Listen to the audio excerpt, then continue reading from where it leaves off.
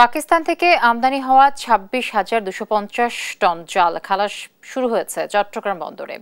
দেশে পর্যাপ্ত চাল মজুদ থাকলেও খাদ্য নিরাপত্তা বিবেচনায় সরকার চাল আমদানি করছে। এদিকে চট্টগ্রাম জেলায় মিল পর্যায়ে খোলা সয়াবিন তেল ১৫৩ টাকা, পাইকারিতে ১৫৫ টাকা এবং খুচরা পর্যায়ে ১৬০ টাকা বিক্রির সিদ্ধান্ত নিয়েছে টাস্কফোর্স কমিটি। সহকর্মী AKM নাজিমের তথ্য ও চিত্রে জানাচ্ছেন আব্দুল্লাহ আল মারুফ। চট্টগ্রাম বন্দরে কন্টেইনার টার্মিনাল ১-এর ইয়ার্ডে চলছে পাকিস্তান কাশিম বন্দর থেকে আসা জাহাজ MV-CB থেকে চাল খালাস। দুদেশের মধ্যে সরকারি চুক্তির আওতায় প্রথম চালানেই আসলো ২৬,২৫০ টন আতপ চাল। সার্ভে, নমুনা পরীক্ষা ও শুল্কায়ন প্রক্রিয়া শেষে শুরু হয় খালাস।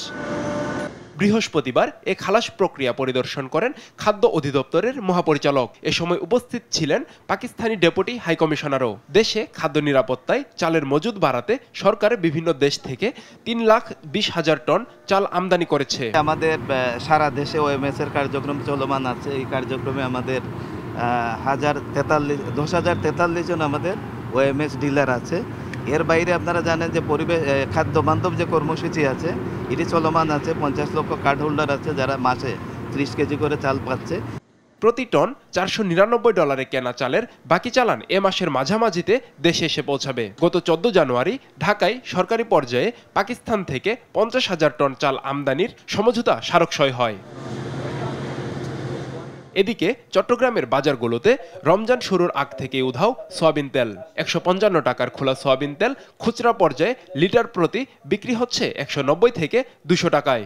পরিস্থিতি মোকাবিলায় গত সোমবার চট্টগ্রামের সিটি মেয়র এবং জেলা প্রশাসক যৌথভাবে অভিযানে নামেন খাতুনগঞ্জে।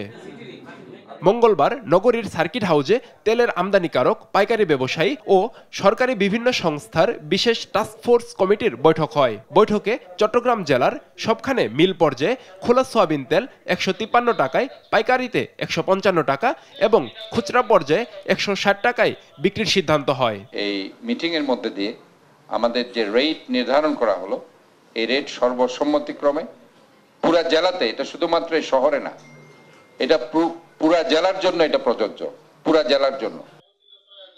নির্ধারিত দামে তেল বিক্রি না করলে ব্যবস্থা নেওয়া হবে বলে হুঁশিয়ারি দেন জেলা প্রশাসক। আমরা অভিযান করব ২টার পর থেকে। আমাদের সঙ্গে ছাত্র সমন্বয়কটা থাকবে। দেখি আপনারা কার শক্তি বেশি, রাষ্ট্রের শক্তি বেশি নাকি ব্যবসায়ীদের শক্তি বেশি, আমরা দেখতে চাই। রমজানে যেন কেউ বাজারে কৃত্রিম সংকট তৈরি করতে না পারে সেই জন্য ব্যবস্থা নিতে চট্টগ্রাম বন্দরকে নির্দেশনা দেয় টাস্কফোর্স কমিটি। নিউজ ডেস্ক, দেশ টিভি।